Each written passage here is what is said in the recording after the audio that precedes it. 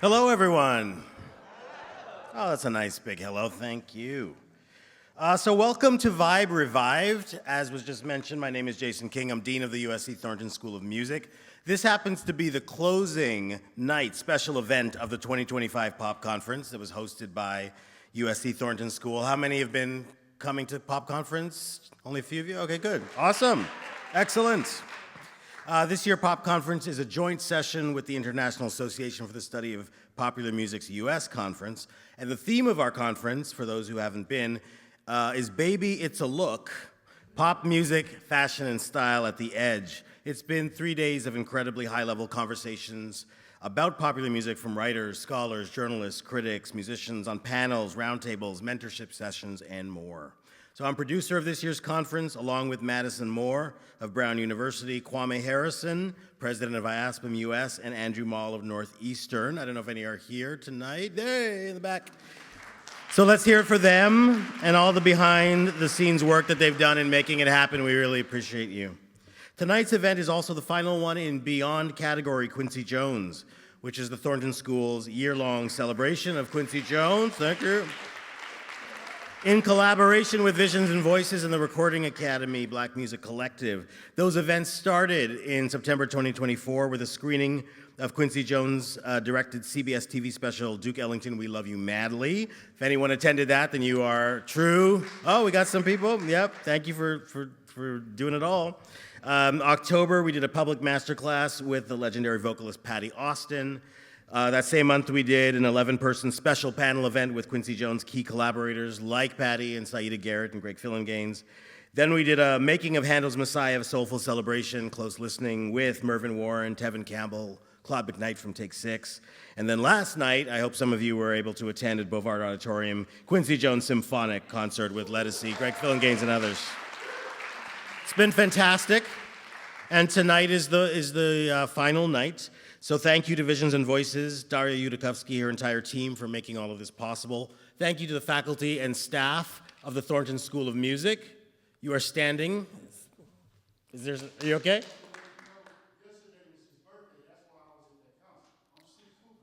Oh, awesome. Thank you for being here. Appreciate it. Thank you to the Pop Conference Executive Committee. Thank you to this year's program committee. Thank you to IASPM US branch.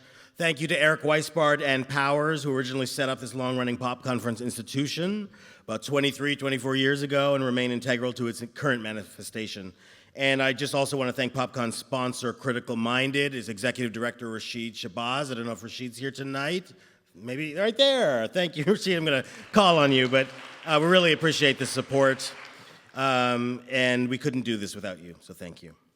All right, on to tonight's event. So we are here to shine a light on the impact and the legacy of Vibe magazine. Yeah. First published in September 1993 under the leadership of Quincy Jones in partnership with Steve Ross's Time Warner Media Enterprise, Vibe magazine moved past some tentative origins to emerge as a cultural juggernaut and a top-selling magazine. Vibe didn't just document R&B and hip-hop culture, it shaped it, it defined it. It created a new overground, multicultural mainstream, ushering in an era of black and brown hyper-representation and eventually corporate branding. Vibe dovetailed with a kind of 1990s and 2000s approach to fashion and style, giving voice to a generation of artists, journalists, and cultural critics who redefined music journalism. It was a space where the boundaries of hip-hop and R&B, politics and pop culture, street style, and high fashion all dissolved into a singular dynamic conversation. Vibe is very personal for me. It was the beginning of my professional writing career. I wrote for Vibe from 2001 until 2007, hugely influential part of my upbringing. Tonight, sure, you can applaud for that. Applaud for my upbringing. And tonight, we are super fortunate to hear from a panel of people who were incredibly influential to Vibe in its earliest days, 1990s and 2000s and beyond, and helped shape that conversation I was just talking about. Let me first just announce that Keith Clinkscales, who was announced as part of the panel, is unfortunately not able to be here tonight and sends his regrets. However, it is hard to say enough about today's four guests, although I will try to say as much as I can. They are all people I've known for a very long time. First, on the panel, Rob Kenner. So, there he is. Hey, Rob. Rob is a founding editor of Vibe magazine, joined in you're on that side. You'll be all the way on the end. Yep. All the way on the end. Yeah, perfect. Joined in 1992. He was at Vibe for 19 years, writing cover and feature stories. He went on to senior editorial positions, BET, Complex, Mass Appeal. He's written for the New York Times, GQ, Billboard, Huffington Post, Wired, Genius, Complex, Mass Appeal, and many, many more. Developed his own company, Boomshots Media, and transformed it into a respected digital platform and production company, collaborating with Def Jam, Epic Records, Red Bull, Supreme, and Tough Gong. He was also editorial director of Vibe Books and worked on the New York Times bestseller Tupac Shakur, and also contributed to the Vibe history of hip-hop. He's done a lot of other things as well, produced Unbelievable, the biography of the Notorious B.I.G. by Cheo Coker, which was optioned for the motion picture Notorious.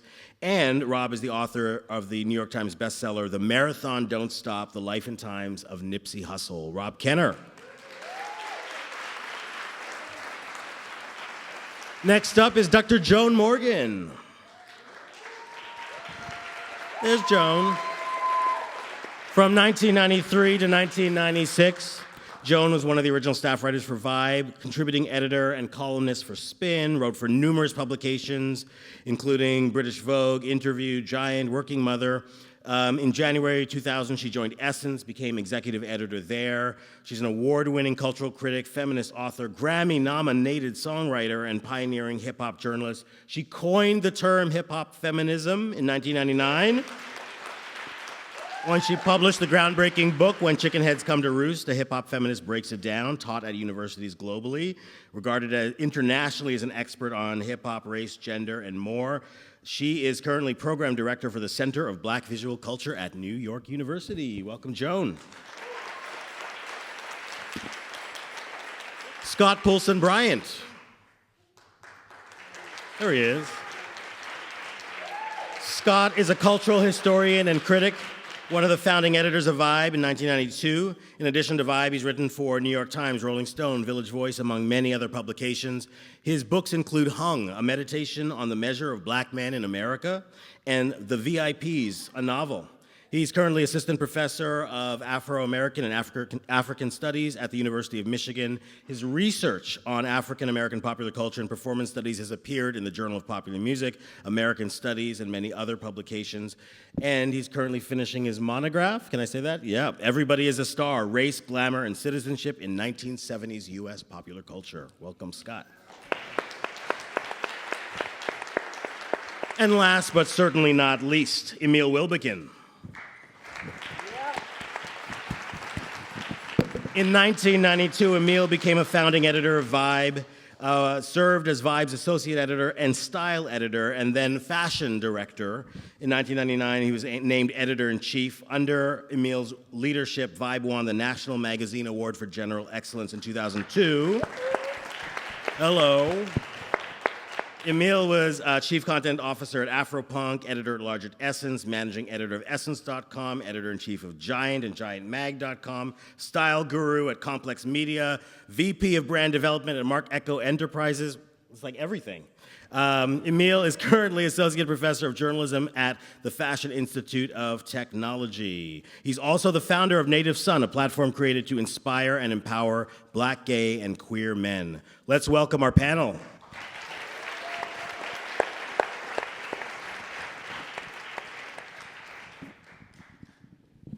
All right, I'm gonna take a seat over here. We're really lucky to have so many founding individuals to this publication that so many of us know and so many of us love. I want to start with the origins of the magazine and the earliest days. So actually, Scott, I'm going to turn to you. Can you just talk to me a little bit from your perspective about why the magazine started, what was the impetus, and position yourself in terms of the beginning of the magazine? Give me the hard question to start, right? To position myself first, I was a staff writer at Spin magazine, the sort of lone sort of hip-hop chocolate chip in a sea of vanilla, if you will. when the word got out that Quincy wanted to do a magazine, because originally there was the whole Source thing that was happening potentially, and it didn't happen. And I got a call from Jonathan Van Meter, who was the editor-in-chief of Vibe well, it wasn't called Vibe at the time.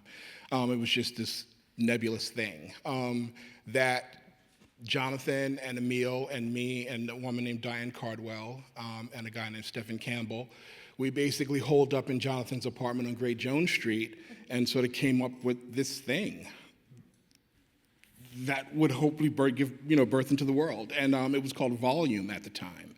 And we knew we wanted to do something that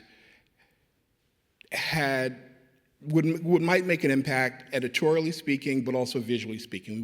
We wanted something that would be beautiful. We wanted something that would read beautifully. And so we came up with this thing, and then we found out, to tell a quick story, we found out that right before going to publication that we couldn't call it Volume. There was a British magazine that had the name Volume registered in the States or something, so we needed to come up with a new name.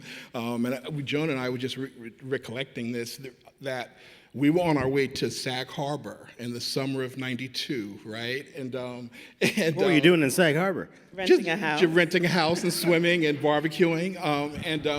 That's when they paid writers. Right, exactly. And so it was me, Joan, and a woman named Mimi Valdez, and a guy named Ben Mapp, who was an editor.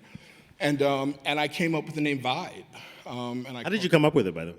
It had just been floating around in my mind. It was vaguely slang at the time. I guess people were using vibe at the time. I don't even remember. I don't think so. Just the word just sounded like a good word. I guess I already had the V in my mind because of volume, but there was just something in the word vibe that just sort of fit the vibe, no pun intended, of what we were trying to do, right? We wanted to be beautiful and slick and smart and create a vibe, right? And an energy. And Quincy liked it, and Jonathan liked it, and it became the name of the magazine. So I always tell people, if I never do anything else in my life, I named Vibe magazine. That's pretty significant. Do you have recollections of early days, or how did you get involved? So I was in this group. There was this last Thursday of the month club. And it was all these young editors that worked at different magazines, so Rolling Stone, Vogue, Vanity Fair, The Village Voice, all these different publications. And so a group of us, and this is the real story, used to hang out with Jonathan Van Meter, and we would go partying on the weekends because we were young, and we would come back to his apartment and order deli breakfast sandwiches and talk about wanting to have a magazine that focused on music, fashion, really great writing. And at the time, I think we were thinking more like dance music. And then one day, Quincy and Bob Miller called. Who was Bob Miller? So Bob Miller was like the highest ranking person at Time Inc., right? And so when Time Inc. and Warner Brothers merged, they went to Quincy to say, could we create a publication that would speak to music? And so he said, yes, we should do this magazine that focuses on Black music, but feels like Vanity Fair and Rolling Stone. Right.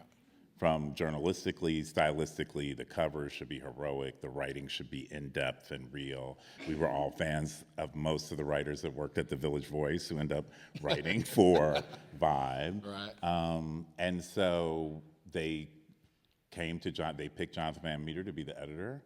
He said, I have all these friends that work at these different publications. Can we hire them? And they said, as long as they're qualified, they can interview. And so it became this hodgepodge of Jonathan's crew of friends and then all these amazing journalists and writers. Jonathan is white. And gay. And gay. And gay, yeah.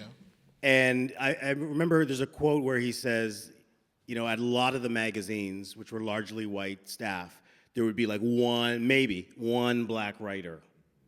And his thing was, let me bring all of those people together, or like hire as many of those people as I possibly can. Is that your recollection?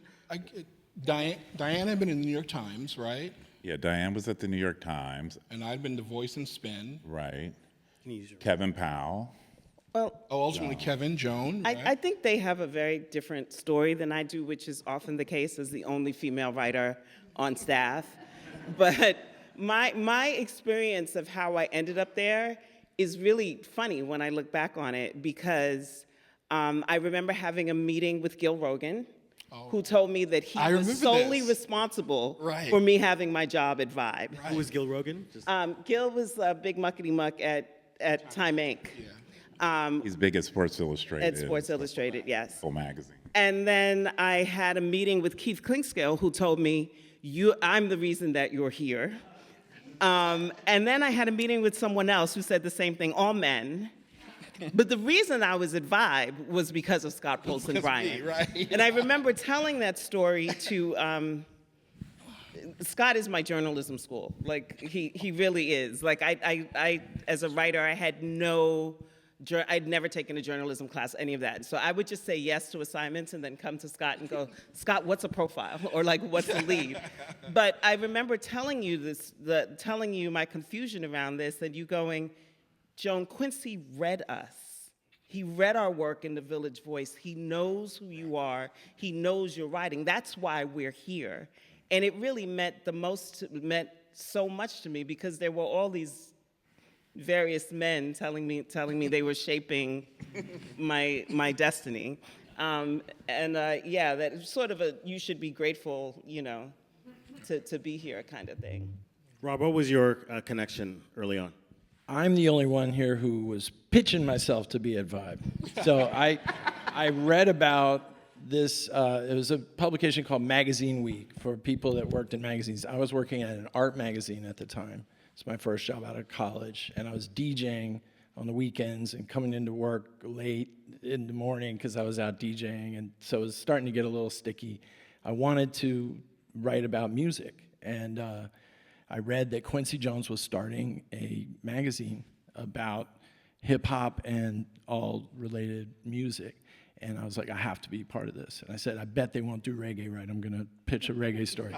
So I pitched Supercat, if people remember Dolly My Baby with Biggie and Supercat. And I was relentless. I was sending letters with a stamp in a mailbox, remember those? And I pitched, and I got assigned the story. I went to the Great Jones apartment once, I think, to say hi to you guys. And then I waited. The magazine came out. It was beautiful, that test issue with Tretch on the cover. So I was like, not day one, you guys are day zero. I was the day after that. When the magazine got greenlit, I was asked to join the staff, and I quit my job at the art magazine the same day and rushed over there. But I just wanted to say, when you said about Jonathan hiring the various black creatives at different publications, that was really a vision that Greg Tate articulated. And we should mention the late great Tate, Pulitzer Prize honoree, who wrote a book called Flyboy and the Buttermilk, if people are familiar with that seminal work. So Tate was articulating something that is from a James Baldwin essay, right, originally.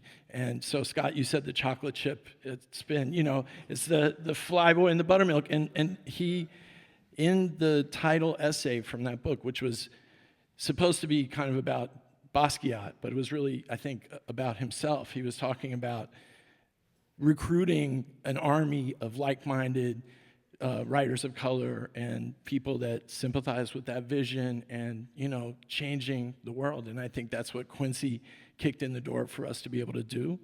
And I want to say thank you, Jason. It's an honor to represent Quincy in any form or fashion.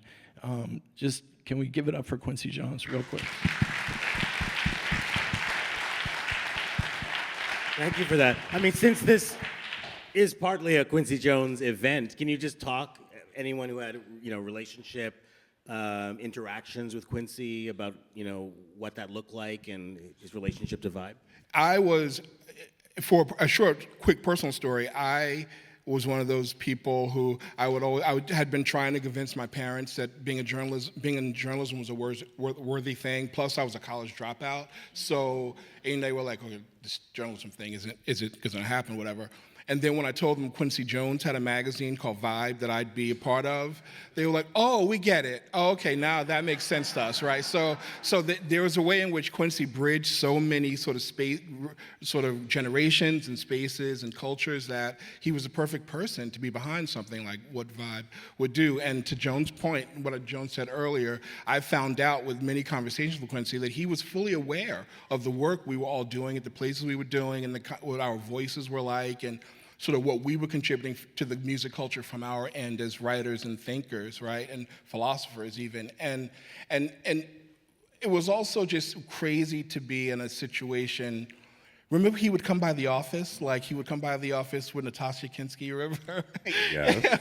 And he would just sort of come to the office and sit down and ask us questions, And imagine, I want to talk to Quincy Jones about Michael Jackson and, the Brothers Johnson and, working with Shaka and Rufus and Ashton Simpson. And he wants to talk to me about journalism, about writing an article. And so the sharing that happened in that, I think, was really sort of important to what Vibe wanted to be and what it became. So for me, Scott had a lot of engagement. I think he's being a little humble about it. He talked to Quincy on the phone. You engage with Quincy almost more than anyone else, I think, on staff. So I was an associate editor at the beginning of Vibe, so I didn't have a lot of exposure in that way.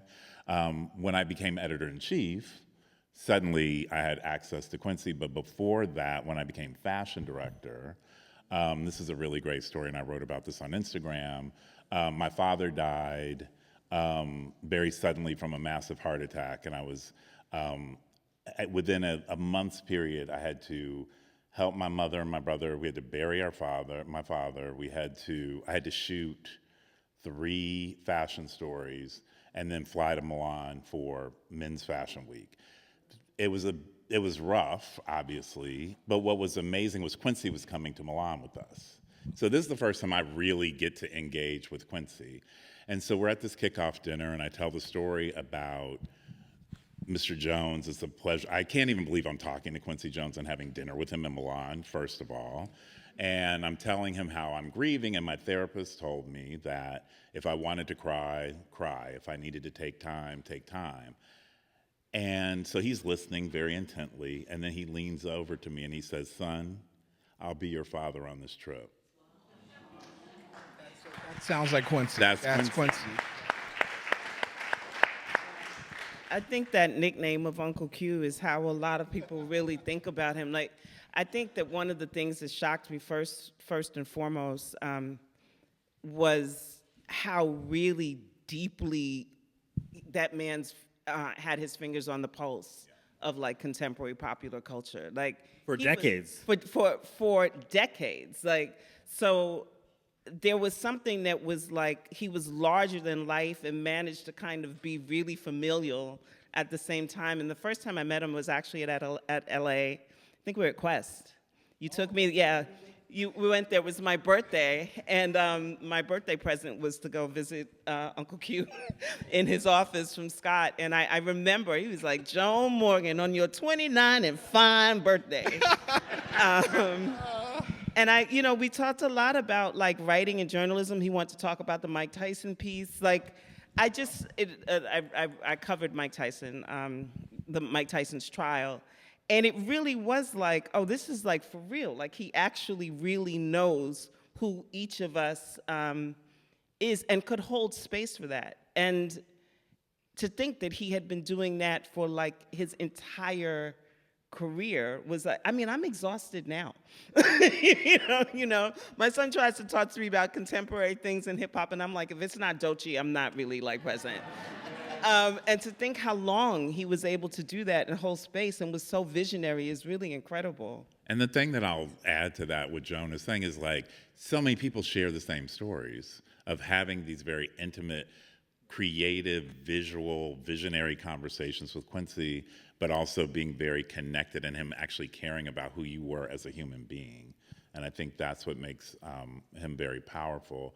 And I think what I was going to say about the editor-in-chief part is sitting and listening to him talk about the differences between Sarah Vaughan and Ella Fitzgerald, right? And to talk about stories about Ray Charles, and I would just sit there like, I could barely pay attention.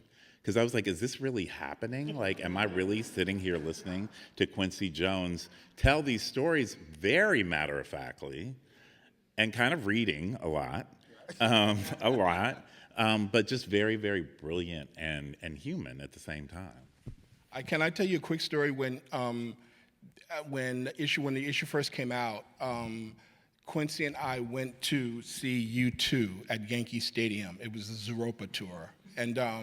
And we went, when we got to the stadium first, we were trying to go into the VIP area because it's Quincy.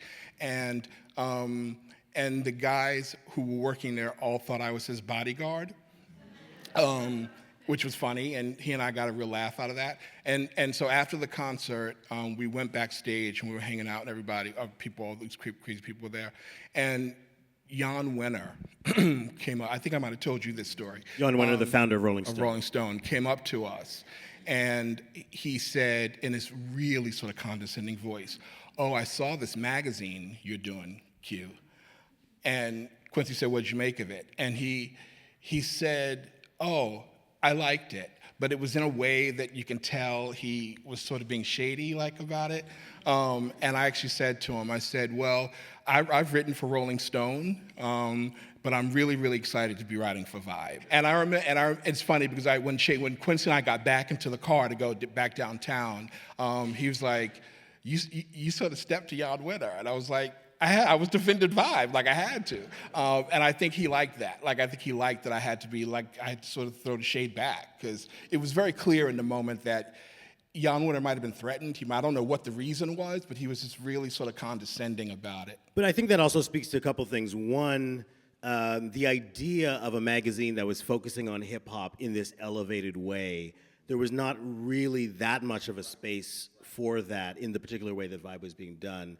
And then also it strikes me that I remember reading that Vibe was kind of sold as, Vibe is to 90s culture what Rolling Stone was to 60s culture. That was part of the way that it could be translated, because there was so much resistance to the idea of doing a magazine that was foregrounding, let's face it, black folks on the cover in this way. Do you want to just speak to that, any of you? I think it's important to remember that in 1992, every magazine didn't want to put Snoop Dogg on the cover, right? Now every magazine that's clinging to life has to partake of hip-hop in some way, or they're just dead. But, at the time when Quincy was having these meetings at Time Inc., there were real conversations like, do we have to put black people on the cover? And someone pointed out to the Sports Illustrated guy, well, you put Michael Jordan on the cover, it works out pretty well, so maybe we could try some more. And we had also, when working on the first issues of, after the green light for the monthly edition, we were bringing in some freelance proofreaders to help us read pages from Time Inc. that didn't have any idea what Vibe was, but they're just reading this stuff for, typos. And there was an old white lady, who was just gobsmacked by the whole thing. And she came to me, she brought me some pages with her marks, and she said, "But can I just ask you, do hip-hop fans read?" And I was like, "Yeah, you'd be surprised. We're going to do some things." But you saw how it worked out for Jan Wenner and his view of the world. He was trying to promote a book, and it didn't go that well. So I think, that's why Quincy had to do what he did. And I want to acknowledge Ed Eckstein in the audience, who shared with me, Ed. Great Ed Eckstein. Yeah. Music industry legend. Yeah, and I didn't know. Part of our series. But he had a conversation with Quincy very early on and said among the things he wanted to do was there should be a black Rolling Stone. I want to do a magazine. So, these seeds were planted early, and Quincy made it real. And against all odds, here we are, So, I feel a little out of turn speaking about this since Keith isn't here, but that's kind of my job. He wouldn't be surprised. But even internally, there were really big divisions between the business side and the editorial side about how we use black and how we use hip hop. Because the business side marketed Vibe as urban culture, which we never did that on the editorial side. We were very clear.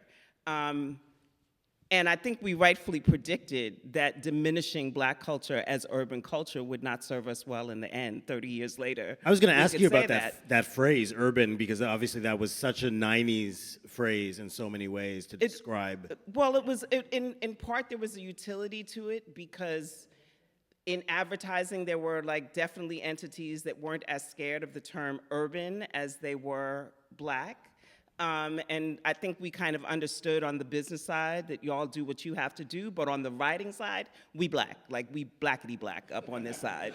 And so it did cause like, there were some real moments between the top floor and the bottom floor, business and editorial back in those days, for sure, as we tried to identify, build the identity and the culture of the magazine even within itself. What made Vibe unique, singular, different, especially compared to other publications of the time? What were its innovations? What were the things that it really did change about the culture? Look at that. So that's the test issue on audience's left. That's Tretch with his shirt off for the first time ever. Naughty by Nature would have him in a hoodie and carrying a baseball bat or a machete, and he took his shirt off and was photographed by Albert Watson. And then Snoop, the interesting story about the Snoop cover was that up until pretty late in the game, we were talking about Janet Jackson for the first cover, remember? But Jonathan, the photo where Jonathan did not want to take a photograph from the label sight unseen. They were saying, we've got this hot photo for Janet's album, and you guys Rolling Stone end up using so that as our their cover? our reject went to Rolling Stone, Right, that's right. but it was the one where she's got her shirt off, and it was an indelible image. But Renee we wanted to Allen. shoot our own pictures, right? So we just took a chance on this rapper from Long Beach, and it worked out pretty well. And so I would say, like, the secret sauce really was these incredible, heroic photographs that made black artists look larger than life with exquisite, beautiful, in-depth writing. That was it. Like, you couldn't touch our writing. We had, like... Facts. You literally couldn't. I mean, Joan says that Scott was her kind of, guide in writing and stuff like that. Same for me. Like, I was young, I had been an assistant, and I was always in your office and always getting guidance.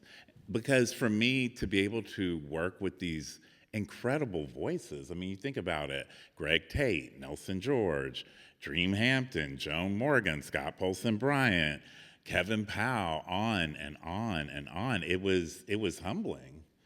And then to have it photographed this way, but the words were what, for me, made the real point of difference.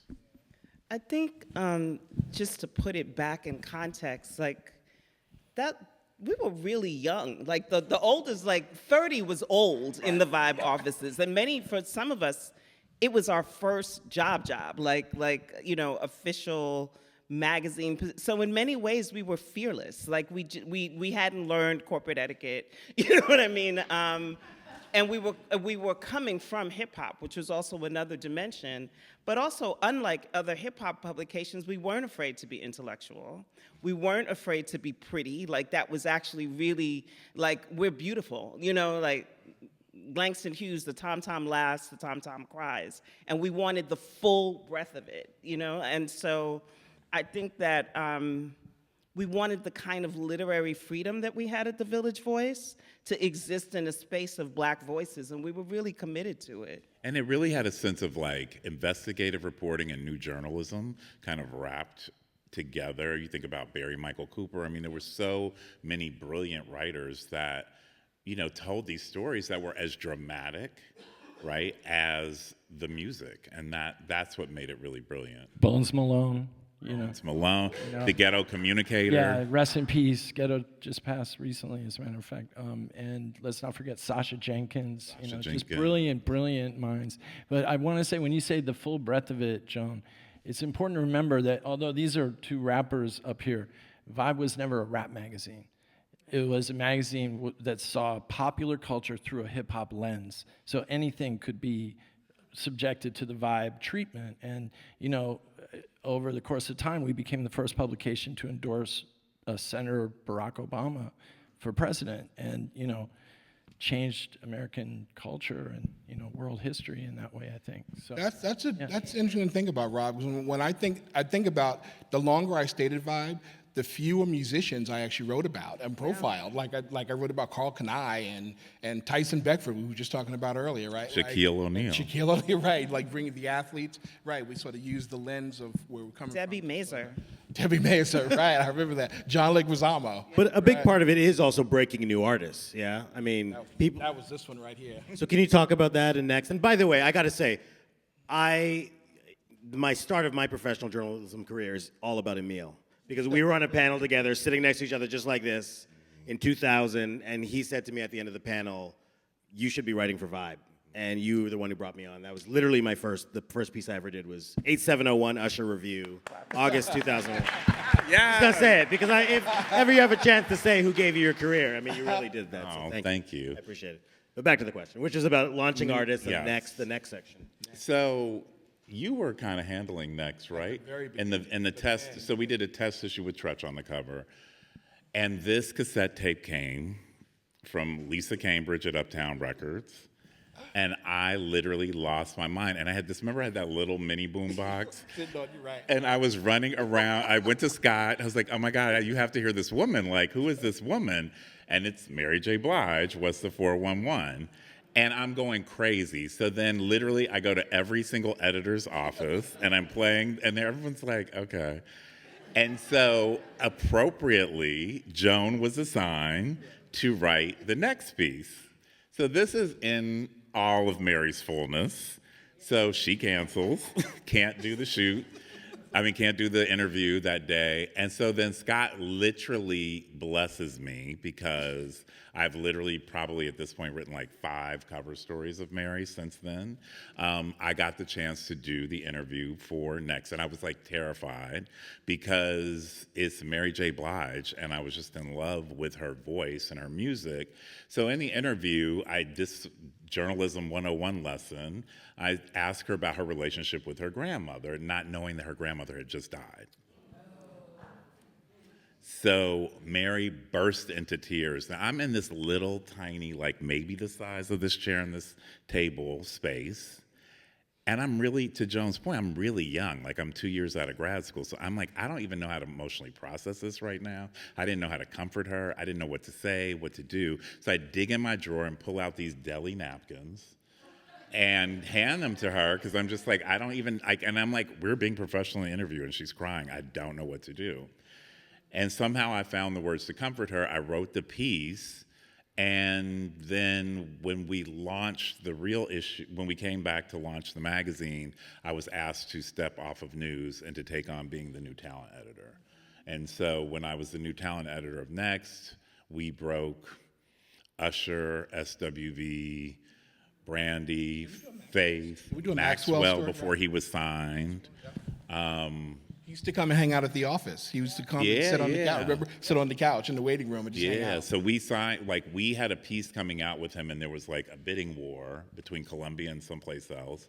But all of these artists, Aaliyah, Brandy, SWV, I think I mentioned, D'Angelo. So that actually was amazing, and it was fun for me, and I got to hire all these great writers like Gordon Chambers and different people to write for the section. But then when I became editor-in-chief, I had grown through the ranks, and now these were cover stars. So that made a big difference. I think a good magazine follows culture, and a great magazine makes culture. And we made culture. We made culture without any question. Unapologetically. The other person that we need to shout out from the stage from the new talent perspective was my sidekick at the time, Mimi Valdez. So Mimi had her ear to the ground.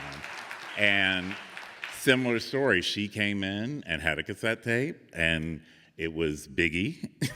And it was like the Big Mac cassette. It was like Party and Bull. Yeah, and it was Biggie on one side and Craig Mack on the other. And Mimi was like, Mimi would find artists and be like, you have to put them in next now. And it's like, okay. And so, yeah, she was really great, particularly with the rap artists and just naming people before they would become an iconic thing. And, it was really right on that cusp of like celebrity culture wasn't quite what it's nothing like it is now. So, models were still on the cover of fashion magazines. We hadn't like moved over to only celebrities could like sell a cover. And we could ask for things that would be outrageous now. We would be like, we can't give you a cover unless you can spend a week with our writer. Like no one does that. Not like, more than that. You would never be able to think about getting a Vibe cover with saying, send me the questions beforehand. I would never do interviews with publicists in the room. Right. Like you had to get rid of whoever your people were. We had a lot of power in those days that, journalists just don't have that now. Well, and the other part of that was that black music artists could not get covered at most magazines, right. Period. So they were fighting and begging. So Jones, right, like if Jones, like, I need a week and I'd want no publicists around, they had to say yes because they had to be in Vibe. They also knew that Vibe would make their career. And there were other situations where we didn't get to dictate the terms because, things happen. Like we were in the same building as Loud Records. So Mobb Deep, Wu-Tang Clan, Big Pun rode the same elevator as we did. Gotten that. Yeah, and so, we reviewed people and we kept it real, and sometimes it wasn't like the most glowing review, and you would see people in the function yeah. Can we talk about fashion and style, because that's obviously the theme of the conference. Obviously Vibe was incredibly influential in terms of fashion, in terms of presentation. Can you talk, Emil, I'll ask you this question, can you talk a little bit about Vibe, its look, what it was able to do in terms of fashion? Sure, I think so. Let's tie it back to Quincy as well. One of the things for the first issue, we knew we needed to have something that would even blow the fashion magazines out of the water. And Quincy called Naomi Campbell and said, "I need you to do this shoot." And the shoot is her all in Versace, and it's an ode to music. And so that shoot really made a huge impact. So the first fashion editor was Michaela Angela Davis. And so she really, she brought in Ruben Alfanador, and she was doing these amazing shoots with Ruben and Byron Lars on stilts, and just beautiful, natural, amazing photography. Then Stephen Campbell was the next fashion person, and then we also were working with Patty Wilson, who, just so people know, is styled Whitney Houston, the Pointer Sisters. She does all these other artists now, Lizzo, a bunch of different artists. And so we had all these amazing fashion, and so they would kind of keep going to get these men to be the fashion directors, because we were kind of positioned as a men's fashion magazine from an advertising perspective. Right. So I'm doing Next, everything's great, and I decide I want to be the fashion director because the fashion director is leaving. So I go into Jonathan Van Meter's office, and I'm like, I want to be the fashion director. And he's looking at me like, I'm definitely a millennial in my spirit, because even back then, I was like that. And he's like, you don't have the skill set for that. You're a journalist and a writer. You went to Columbia J School. Like, what are you doing? So create your own role where you can kind of play with fashion. So I came up with style editor, and the first photo shoot that I ever style is Tyson Beckford for the piece Scott Paulson Bryant wrote when Tyson, got his contract from Ralph Lauren, which was a huge news story. The first cover I styled was Biggie and Faith in the convertible. So that the fashion at Vibe was very intentional. We hit a lot of different notes, right? It was like dance hall, it was hood, it was high fashion, but it was all together. And it was, from my perspective, because then I went on from style editor to become the fashion director, and styled many of the covers over the history, was really about being authentic to the culture. Like, to Joan's point, We weren't like, oh, we're gonna make hip hop pop. We were like, no, we're gonna make hip hop and use the language, the beauty, the authenticity, the hairstyles, all the things, and fuse it with high fashion and give you something new and create a new language. Anyone else want to speak to the visuals? I just want to shout out George Pitts, the photography director. Period.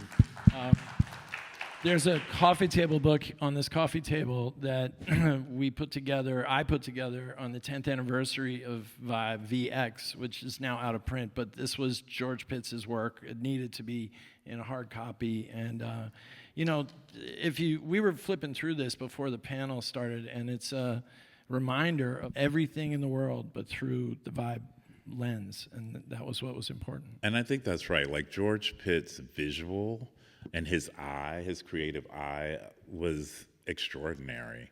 I mean, he would pick people that had never done professional photography before, people that just came in with like scraps of paper with photos on them. And he would have, people would be in his office for hours. He never left. He was there late. Like, what is happening? And he would write memos to photographers he had no intention of hiring. He would just give them that. I mean, Quincy's spirit was strong in him, right? He was trying to empower every single person that he had the chance to cross paths with, even if they were not going to get assigned anything. He wanted to give them his tough critique and, constructive criticism. And George would push against what you would assume the visual should be. Right, the expected thing, right? He would never pick the obvious photo. Right. So May 1994, Jonathan Van Meter leaves, and Madonna's involved in that in some way. Anyone want to just narrate that story briefly? I don't even know how much of it I remember. Was it going to be a Madonna cover, or was it going to be... It was Madonna and Dennis Rodman. It was going to be Madonna and Dennis Rodman, right. All hell broke loose. And all hell broke. Right yeah, after the Beastie Boys. I was going to say, how would the Beastie Boys figure into the story? That's what it was. It was back to back. It was going to be back-to-back Beastie Boys and then Madonna. And there was basically a revolt in the office. Was that when I got fired? And No, I think that was something else. That was something else. Jonathan fired me at some point. For like a half hour. Rehired me like 45 minutes later. Yeah. Y'all, there was literally a revolt. But there was a There was revolt. a But there revolt. was a revolt, like from Quincy on down. Like it wasn't even like just us sitting here. It was like even Quincy was like, that can't happen. Like there's no reason to do it. There are 1,000 magazines that will put her on the cover. There's no new story we're gonna tell that we need to give a cover to Madonna, particularly a sort of random Madonna Dennis Rodman cover. And Jonathan wanted that to happen. It was shot. It was the most I was expensive gonna shoot say we'd ever it was done done, up to that right. point. They went down to Puerto Rico or something, Miami. I don't know. It was Miami. Yeah, and it was a very expensive shoot. It was laid out, and all that got killed, and we flipped an Eddie Murphy Nutty Professor cover. That's right. My Eddie Murphy story ran. Cheo I Coker forgot. was supposed to be finishing his paper at Stanford University, and I said, you got to call Eddie Murphy right now and right. do this cover was- story like this weekend. And Was that the Beverly Hills Cop 3 cover? I thought it was Nutty Professor, but I could be Oh, wrong. it's Nutty Professor cover. Yeah. Oh, mine was different. Mine was a different Eddie Murphy story. Yeah, right. You have to That was a understand, crazy like, time. again, we were really young, so a revolt is not this civilized conversation we're having. There's wailing, there's moaning, there's like over my dead body things going on. Doors was slamming, drama. Mimi's crying. Mimi was like, crying, it- right, yeah, right, it was a lot. right. There's a lot. Right. I remember I called Watkins, Dave Watkins. I was like, Dave, you got to come up here now. You got to have my back for this fight we're about to have. And Dave Watkins was this guy. He worked at actually a different magazine called The Source, but he became really tight with a lot of us at Vibe ultimately when he actually left The Source. But he was my backbone for a lot of that. I remember going through that. So then Jonathan and Diane and who else? Like half the staff quit, and then the other half stayed. Yeah, the one sitting here stayed, right. It's like a rocket ship. There's that part of the rocket. There's like the booster that, gets it off the launch pad, and then it just falls away, and the rocket keeps going. That's what had to happen. And with all respect, because Jonathan gave me a job, I'm eternally grateful to him. But it was clear, like, growing pains were happening, and the magazine was becoming what it needed to be, and it needed to be what it became. But at a time of a lot of concerns around authenticity in hip hop, externally, I think there were a lot of concerns that Vibe magazine could be seen as not authentic because of the editorship and because of the fact that there were gay people working in the office and so on. You want to just talk about that and the perception in that moment to whatever extent you can? I mean, when it first started, there was because it got a lot of attention, right? And even when the sort of buzz started to be created just around town, just around New York, that the editor-in-chief was this white gay guy, and even the black dudes that were there were queer, like me and Emil and Steph, like they were like. And Hilton. And Hilton was Hilton right. Hilton was around, right? I forgot about Hilton being around. So there was already the narrative that can't be a hip hop influence inspired thing with all that queerness and whiteness, like that's not, which I won't say is understandable, but it's like also people weren't willing to sort of look past those labels at what we had done and what we could do, right? So that was sort of frustrating, right? But we sort of stuck to our guns, right? And sort of not in defense of Jonathan necessarily, but like when he left, it was time for him to leave. Like that was clear, like you said, growing pains were real. But he had shepherded a sort of crew of us who were doing very good work. So And empowered us. And empowered us, right, to be able to have the revolt ultimately and sort of press on after he was gone, right? So, so yeah, it was some stressful moments in the beginning because we wanted to just do the work. Right, we didn't necessarily want to have to defend our identities or our sort of processes for anybody. We just wanted to do the work. But like when I look back, I just look at that. Like you can say whatever you want to say about what the identities of the bodies were making the work. That's what we turned out, So ultimately people had to sort of withdraw from those kinds of critiques, right? Which made it sort of doubly hard when the Madonna fight has to happen. It's like, oh, okay, like we sort of got past all this stuff and now here we are having these sort of battles again. But I will also say too that we never really it never went away, that kind of internalized homophobia in the audience. Like, it's not up there now, but Kevin Powell's name is the only byline's name you'll ever see on Remember that? Yeah.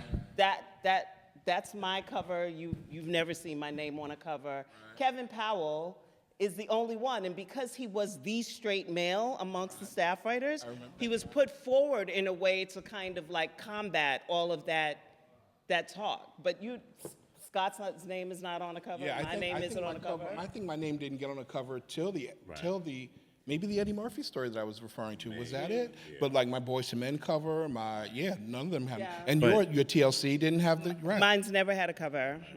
But I would say, so let's talk about the LGBTQ queer elephant in the room.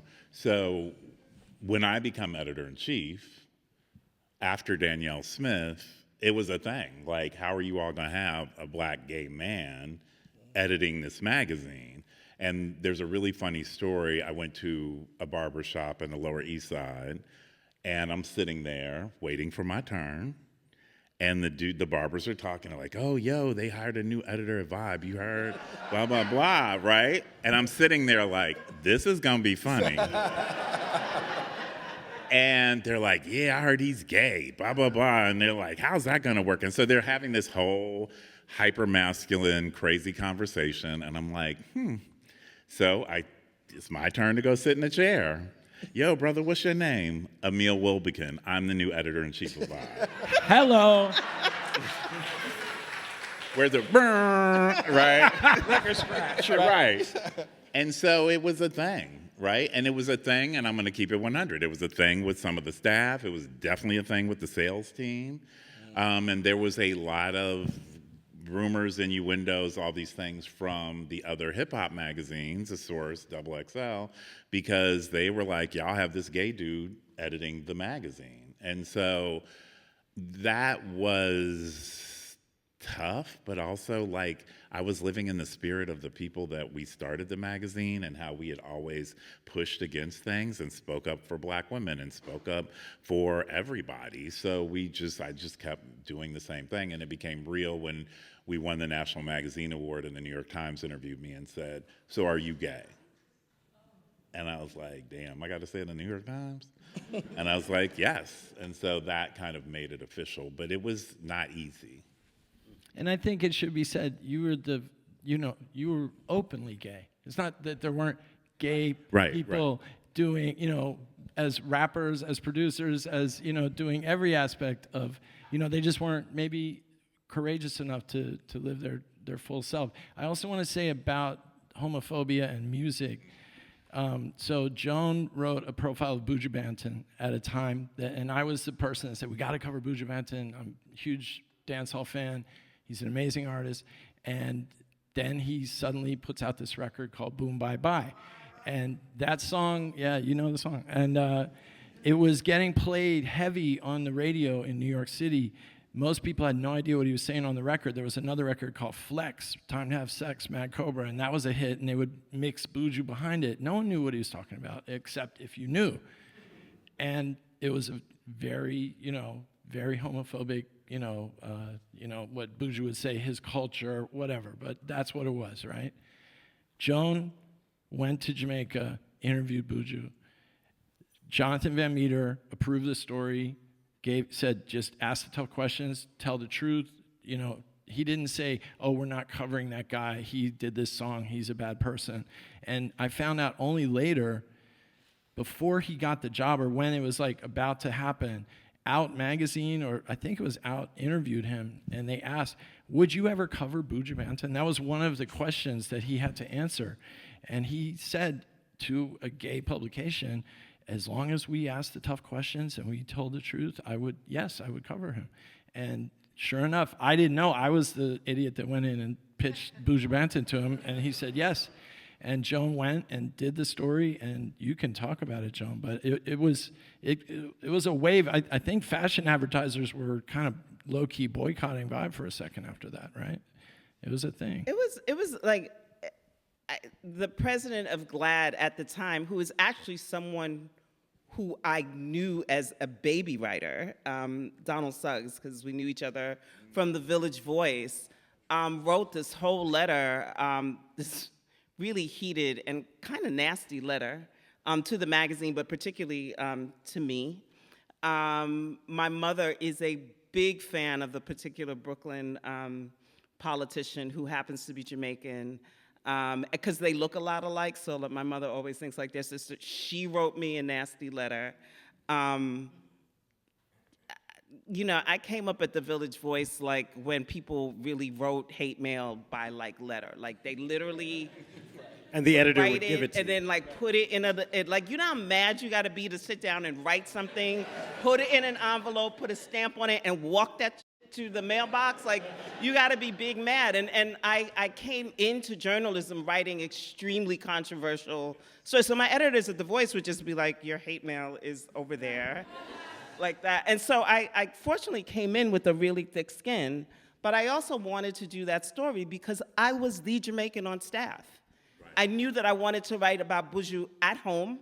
I knew that he was homophobic. I wanted to write about the context and the circumstances where he would be committed to, where that homophobia was coming from. And I knew no one was going to write that story like I was going to write that story. So to me, failure for me as a journalist is when no one has a reaction.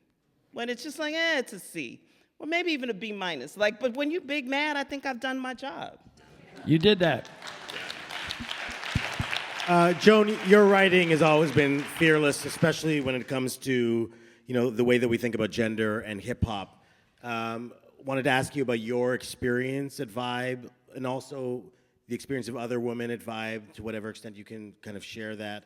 And just in what ways did Vibe help move forward the conversation on women in hip hop or paralyze it? I'm just curious for your perspective on that. I mean, so to go back to Jonathan Van Meter, he's one of the best editors that I've ever worked with, hands down. I definitely became a stronger, sharper writer under his tutelage, for sure. And I had great coworkers, right? In a way, I got to play in a way that I don't think I'd ever been able to play really before, in an environment with people who were equally fearless. At the same time, the sexism, particularly coming from the business side, was just real. There was a real feeling well, you had to have a chick there, so she's the chick on the chick on the team. I never felt that way from these guys. I never felt that way from, I would say, the majority of my coworkers. But the reality is that being at Vibe didn't take away from what it meant to be a woman writing about hip hop at the time. And so, I've had some really, for example, I'm probably the only staff writer that ever got accused consistently of sleeping with her subject matters. Consistently. Oh, wow. Yeah, consistently. And a lot of times those rumors came from other women in the industry. So there was just stuff I didn't bring back into the Vibe offices, but that was just, they weren't symptomatic necessarily of Vibe. They were symptomatic of being a woman writing about hip hop at that particular time. And I just wasn't interested. There were two routes you could go. You could go the route that I feel like I went, or you want to be down. And so you just kind of turn a blind eye to things, and you show up in the space the way that men would show up in the space to cover a story. I just didn't feel like if that's the point, then they can write the story. And so it was difficult. Yeah, not necessarily Vibe, but it was the reality of just being a woman at the time and writing about hip hop culture and writing honestly about it. In a very misogynistic, homophobic, transphobic community. Just a few more questions, then we'll open it up to audience for questions as well. What is the legacy of Vibe? What kind of influence and impact do you think that it's had when you look at today's media landscape?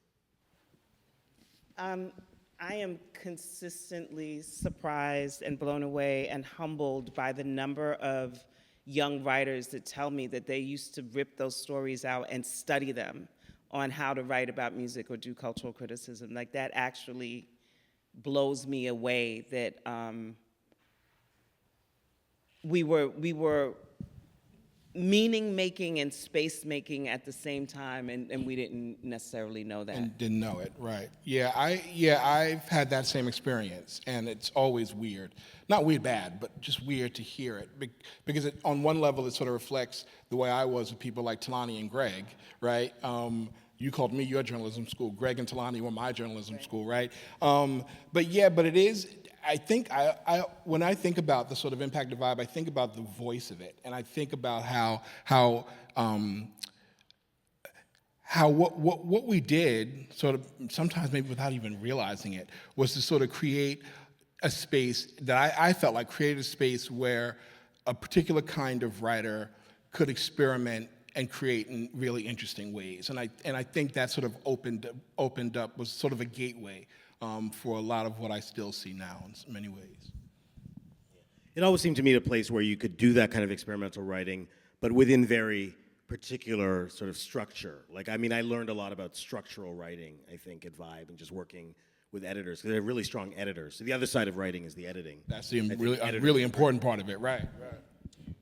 I would just add, I think, you look at the world today, and I think of Alina Waithe, I think of Issa Rae, I think of all of these people that are creating this really powerful work about Black culture, and think that Vibe gave birth and life and held space for Black culture to really be cool as shit, right? And legitimate and authentic and problematic. And it's okay.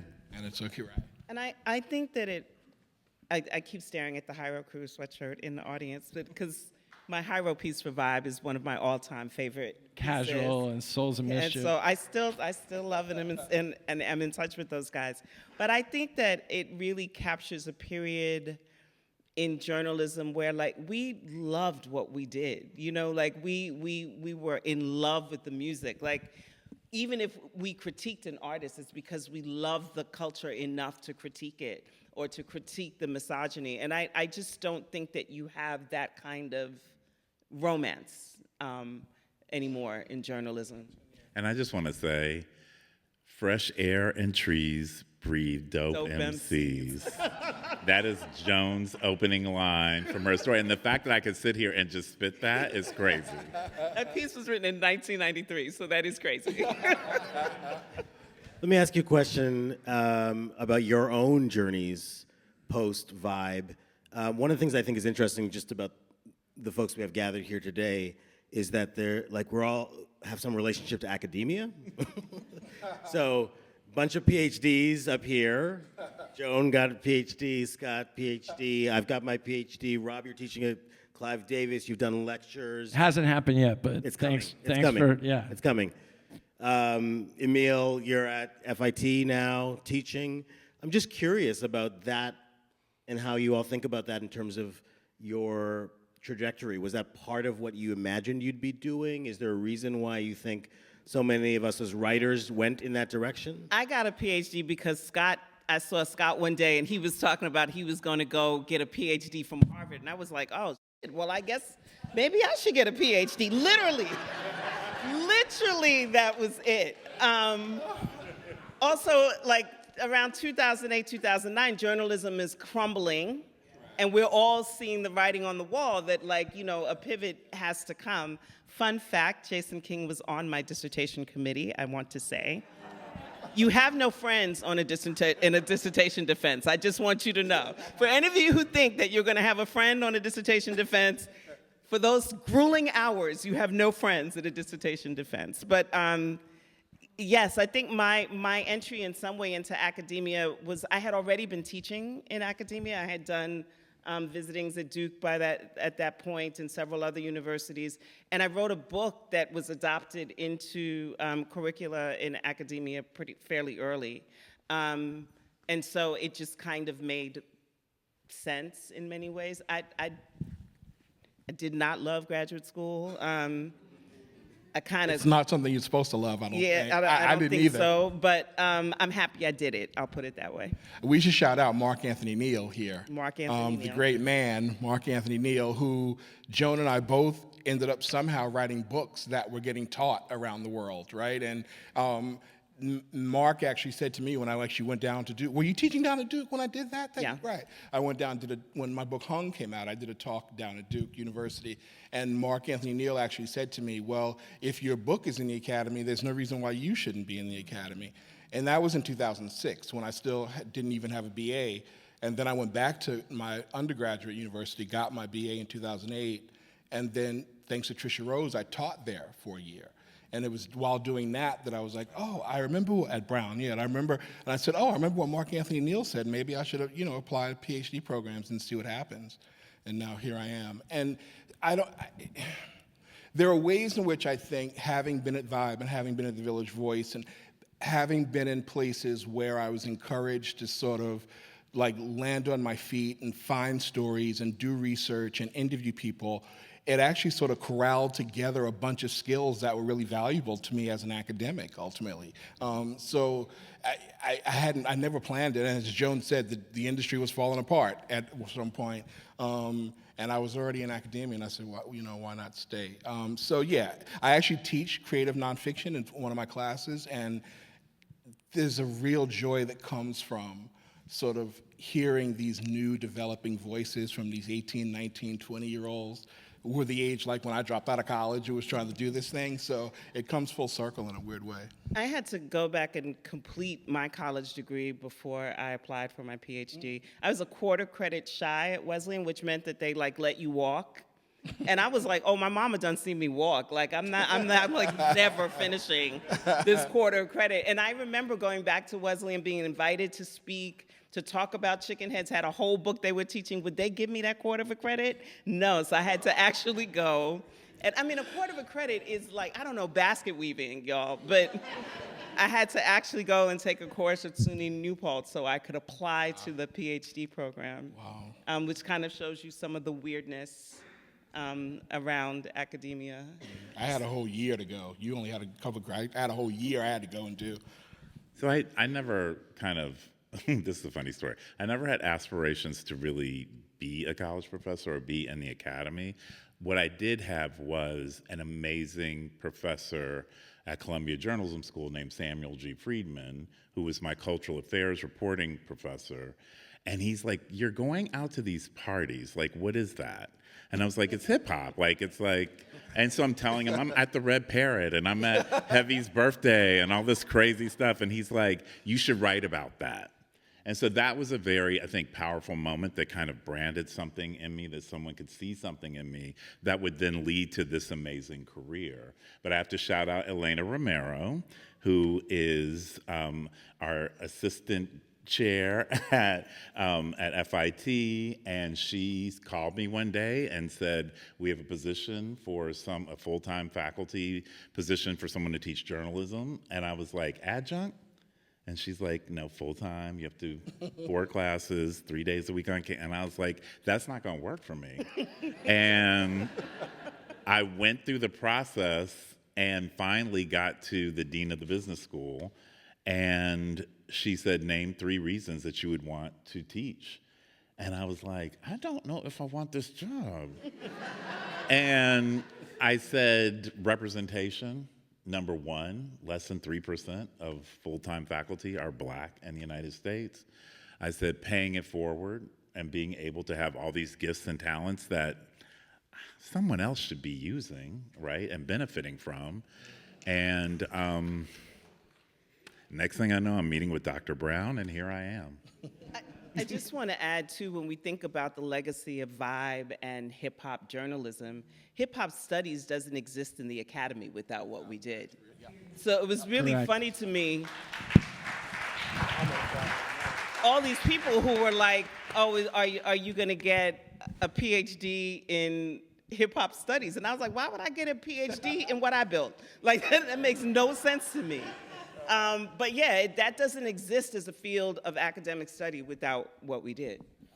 And the gig that is happening for me at NYU grew out of the book, The Marathon Don't Stop, which, you know, is an important story about an important artist who never got a magazine cover during his life. He got the XXL cover. Nipsey was part of the freshman cover, but he wasn't part of the music industry star maker machinery, so he never got that star treatment. You know, he did his thing a whole different way, and that's why the marathon movement has inspired so many people, because there's another way to like wiggle out the mazes.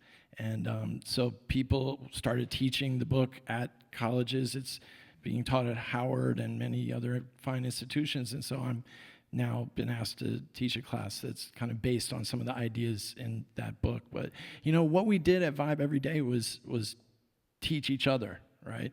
I learned from hearing what Scott and Joan and Emil were talking about in meetings, and I would teach what I knew to each young writer that I was working with. And, you know, my father was a very, you know, a distinguished English professor, and I ran as far away from that direction as I could, you know. And now, you know, that road has led me to New York University, so it's pretty cool. But yeah, we taught young writers to find their voice, and that's the best part. We made, you know, that was the other difference with Diane Cardwell and Jonathan Van Meter. They would say, if you're pitching a story in a meeting, make sure the writer has all these clips. Bring the clips from the writer, you know, make sure they've been published in this place, that place. And there were some writers like that we published. But I always thought it was much more cool to create new stars, right? And so that's what we did, and that's why we really are talking about Vibe till this day, not because we published someone that was, you know, in the New Yorker already. Like, we developed new voices right up until the end. And by the way, I pitched myself to be at Vibe, and I stayed 17 years. I was there from the first issue till they walked us out of the building in 2009 when the bank repossessed the asset, and we, you know, armed guards showed up and said, move to the elevator. So I loved what we did at Vibe, you know, up until the very last day. Young writers, I think Linda Hobbs is here, did an amazing investigative story about B2K and how their manager was sexually abusing everybody. And, you know, there was a lot of groundbreaking stuff right up until the last day. And, you know, that's the thrill for me, is like developing people, and that's what teachers do, I guess. So. And Vibe alum went on to do like amazing things. I mean, like Mimi Valdez, Shawnee Saxon, amazing producers, Chea Coca, Sasha Jenkins. I mean, people who've gone on to like really incredible careers in film, in television, in producing. So those skill sets were really transferable in many ways, like Scott was saying.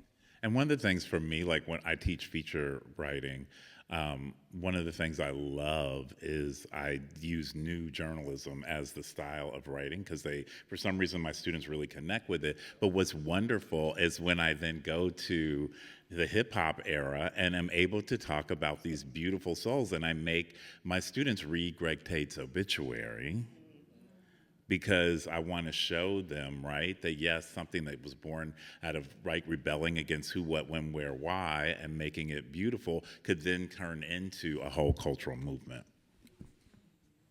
Let's take some questions. Got a question right here. I have a question. I'm your hip hop professor right here at USC. My name is Ryan Vine, and I wanted to know what you all thought about, I don't know why it makes me sad when I think about the death of like the hip hop journalism in magazine that you all kind of referenced around 08, 09. Am I hearing that right? The journalism with the magazines? Vibe folded 09.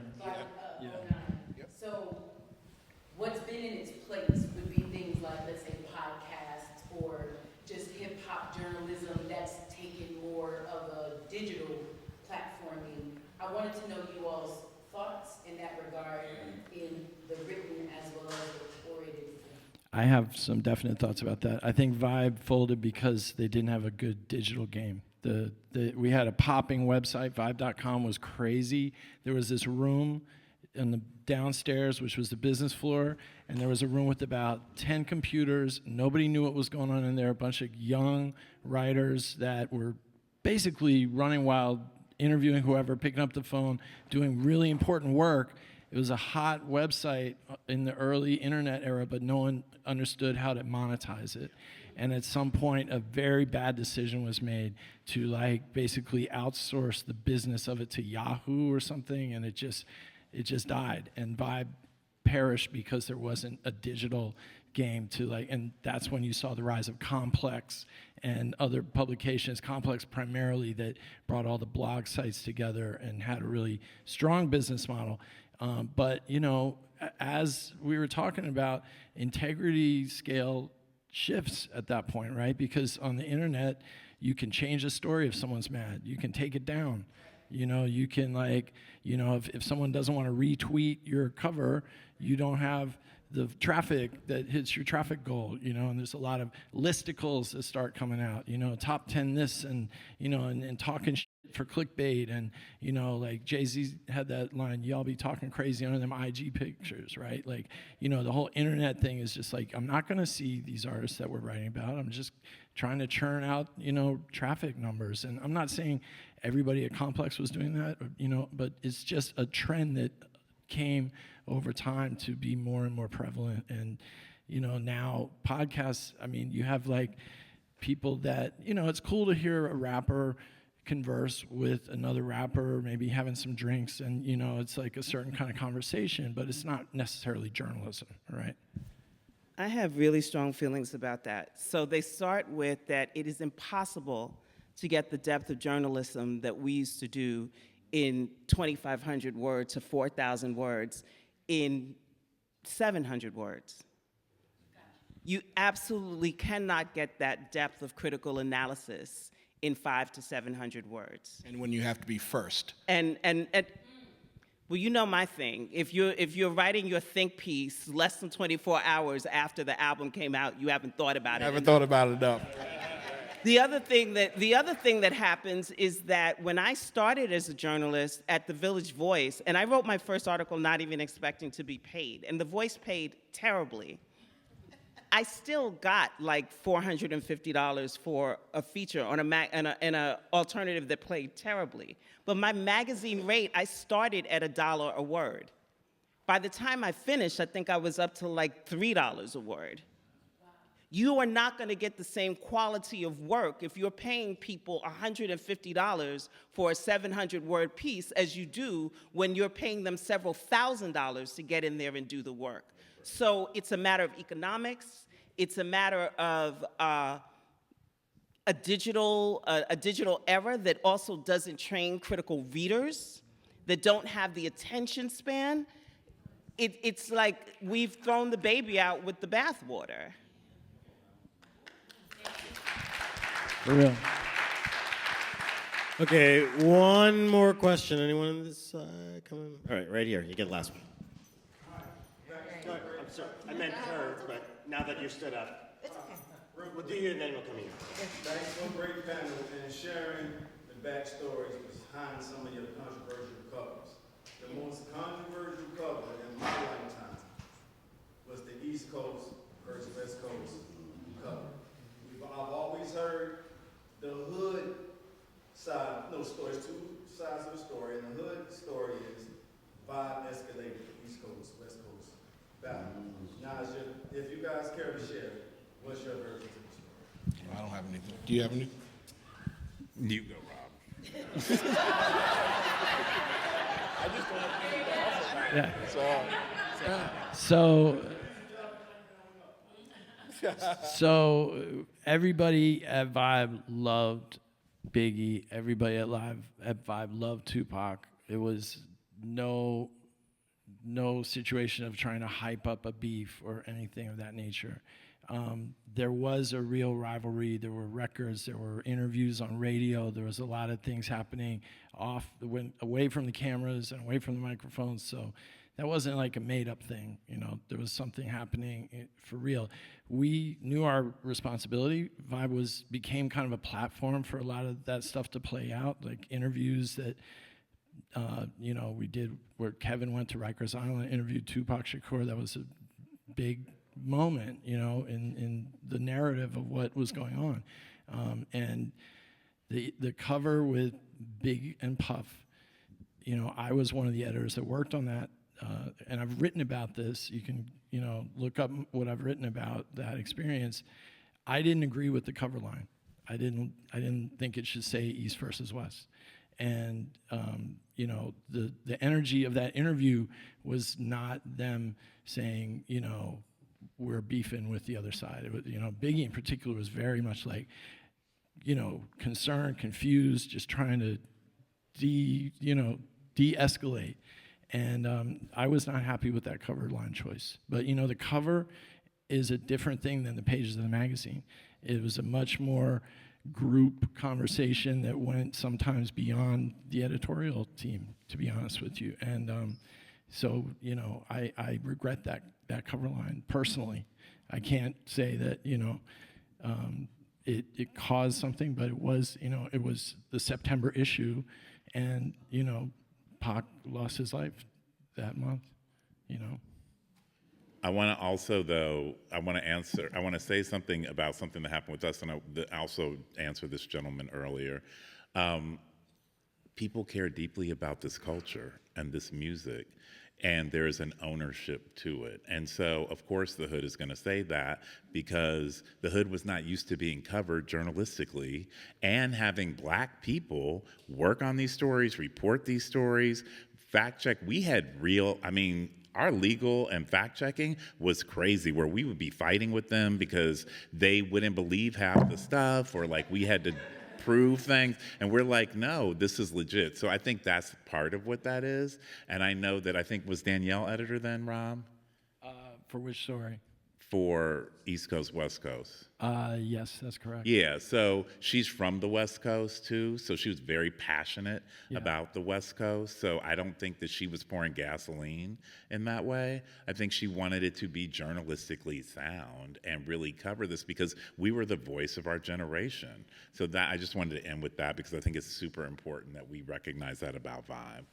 There needed to be so many more issues of Vibe to do it justice, right? There was only 10 issues a year, right? And then only however many pages. And think about that era from 92 to 2009, all the amazing things that happened in music and culture. And, we got the one dancehall artist that ever had a magazine cover in America was Sean Paul, and what that meant to the entire genre of music, and there was so many other areas, like you mentioned, Black filmmakers, and, we covered everything. And so, it was like water in the desert a little bit, it was like really needed to be sprinkled everywhere. And, there's a reggae artist that almost got the cover and didn't, and I've seen him for 30 years, and he still reminds me, like, you were supposed to give me that cover. And, it's like, You got an 8-page feature, man. It was like no love lost, but you know, it meant so much to everybody. On that note, let's thank our panel: Rob Kenner, Joan Morgan, Scott Polson Bryant, Emil Wilbekin, Quincy Jones, Vibe Magazine. Thank you all.